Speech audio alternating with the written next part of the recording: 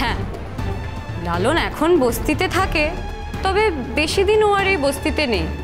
ওর সম্পর্কে খোঁজ নিও, তারপরে কথাগুলো বলো। হ্যাঁ, আর একটা রিকোয়েস্ট করছি কাকু, নিজের মেয়ের নামের সঙ্গে লালনের নাম জড়িয়ে ওর ক্যারিয়ারটা নষ্ট করার চেষ্টা করো না।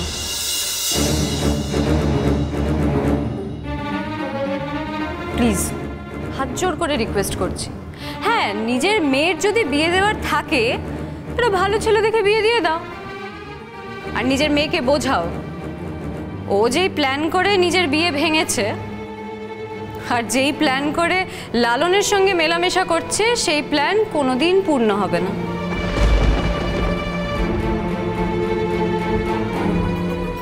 তুই কি করে জানলি রে ও কি ইচ্ছে নিয়ে ঘোরাফেরা করছে? কার কি ইচ্ছে পূরণ হবে না হবে সেসব তুই জেনে বসে আছিস?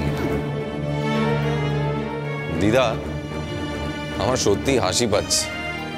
একটা কথা আমি তোমাকে না বলে থাকতে পারছি না। আজকাল দেখছি আমার হয়ে চড়ুই সব কথা বলে দিচ্ছে। আমাকে জিজ্ঞেস করারও প্রয়োজন মনে করছে না। আমাকে দুটো প্রোগ্রাম দিয়ে মনে হচ্ছে আমাকে কিনে নিয়েছে, কিন্তু আমাকে কেউ কোনোদিন কিনতে পারেনি, কেউ কোনোদিন কিনতে পারবেও না। তাতে যদি আমাকে গান ছেড়ে দিতে হয় আমি গান ছেড়ে দেবো। আর একটা কথা আমি বলছি, ফুলঝুরি কোনো দিন আমার সঙ্গে ঢলাঢলি করেনি। ফুলঝুরি তেমন মেয়েই নয়,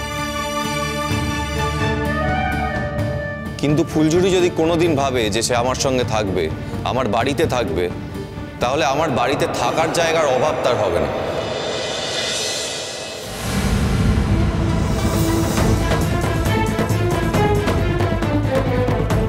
আর ফুলঝুরি, আমার বাড়িতে সম্মানেরও কোনো অভাব হবে না তোমার।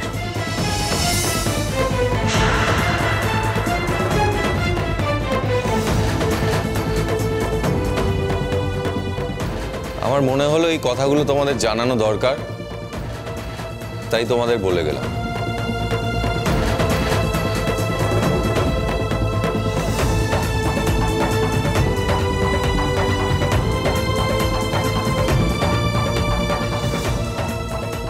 তোমার বাপ মা আমাকে পছন্দ করে না, তোমাদের বাড়ি আমি থাকতে যাবই বা কেন? হ্যাঁ, রোজ রোজ এক কথা বলে, ওদের বাড়িতে নাকি থাকবো। একটা ভাড়া খুঁজে দিতে বললাম, সেটা পারলো না, তা না ওদের বাড়িতে গিয়ে থাকবো।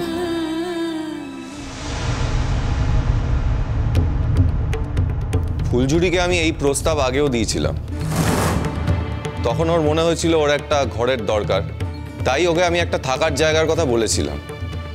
কিন্তু তখন বোধহয় ভেবেছিল ওর থেকে আমি ভাড়া নেব ওকে থাকতে দেওয়ার জন্য। কিন্তু বিশ্বাস করো বড় মামু, আমি তোমার সামনে বলছি, আমি কখনোই ফুলঝুরিকে ভাড়া নিয়ে থাকতে দেওয়ার কথা বলিনি। আসলে ফুলঝুরি একটু বোকা আছে তো, তাই ওকে সোজা কথাগুলো ভেঙে পরিষ্কার করে বুঝিয়ে দিতে হয়। আমি আবার বলছি, ফুলঝুরি যদি আমার বাড়িতে থাকতে চায় তাহলে ওকে আমি যোগ্য সম্মান দিয়ে নিয়ে যাব।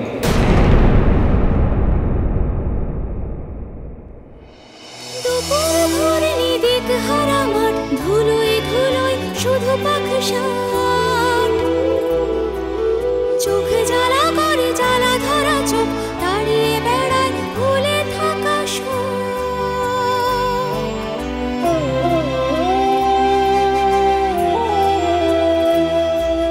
প্রতিদিন জাগে প্রতিদিন প্রতিদিন জাগে প্রতিদিন ওরে হাওয়া সংসার স্বপ্নরা। দাঁড়িয়ে আছে কেন? দাঁড়িয়ে আছে কেন? যাও, বেরো বাড়ি থেকে, বেরিয়ে যাও।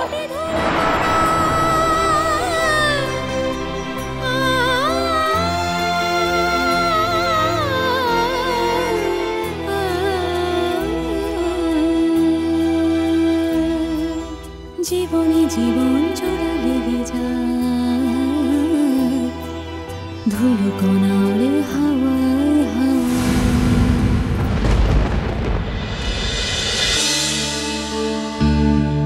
আরে আরে চড়ুই, তোর জন্য অপেক্ষা করছিলাম, এত দেরি হলো?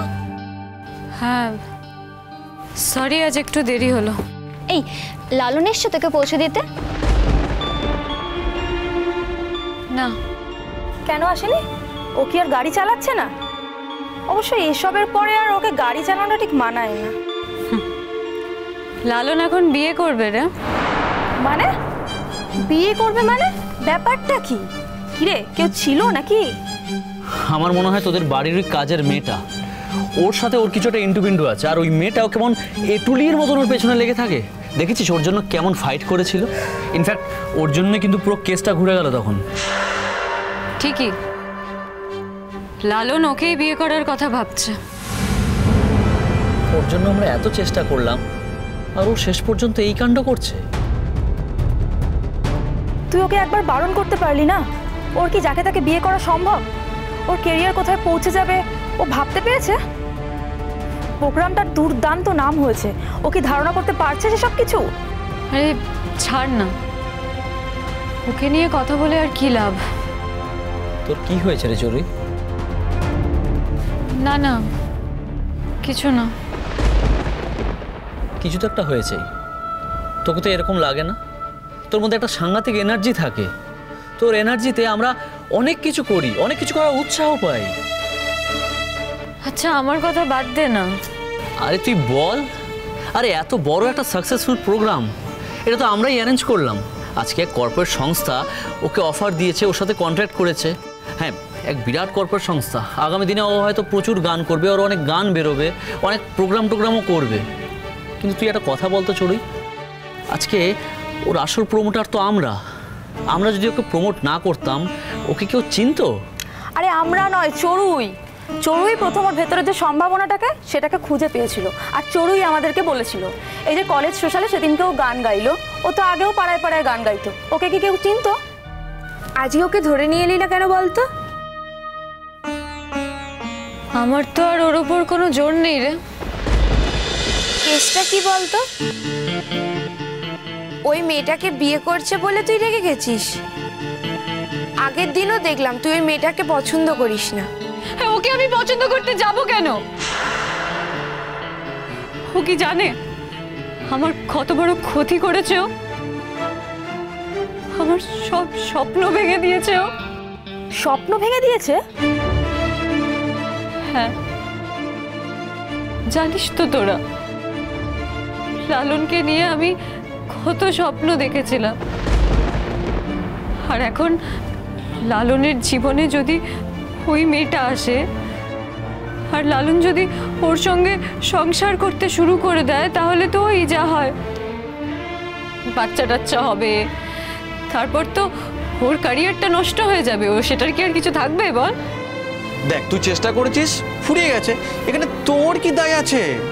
ও করবে না, ও যেখানকার ছেলে সেখানেই থাকবে। ড্রাইভারি করে খাচ্ছিল তো, সেটা করে খাবে। এতে তোর কি এসে যায়? তোরা কি বুঝতে পারছিস না?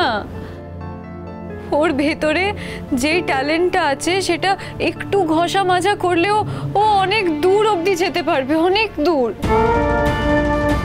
দেখ চড়ুই, সেটা তো ওকেও বুঝতে হবে।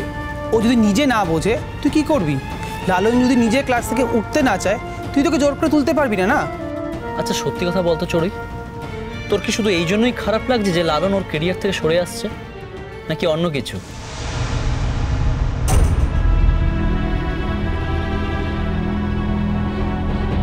অন্য কিছু মানে দেখ, আমরা এই কজন তো খুব ক্লোজ, আমরা সবাই ক্লোজ বন্ধু।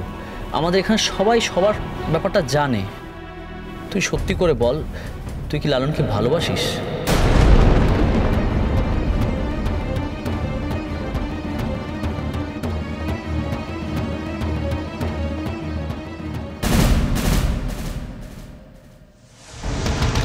এই চড়ুই, দরজাটা খোল। লালন, লালন। হ্যাঁ মেজবাবু, ডাকছিলে? হ্যাঁ, এই যে এসো। আরে বাবা, চড়ুই এখনো ঘুমোচ্ছে, ঘুম থেকে উঠছে না। তুমি ওই বাইরের দিক থেকে গিয়ে জানলা দিয়ে কোনো একটা কিছু। হ্যাঁ আমি এক্ষুনি দেখছি। কি শরীর টরীর খারাপ হলো না তো আবার? জানো না চড়ুইয়ের কি হয়েছে? ধুলো কণা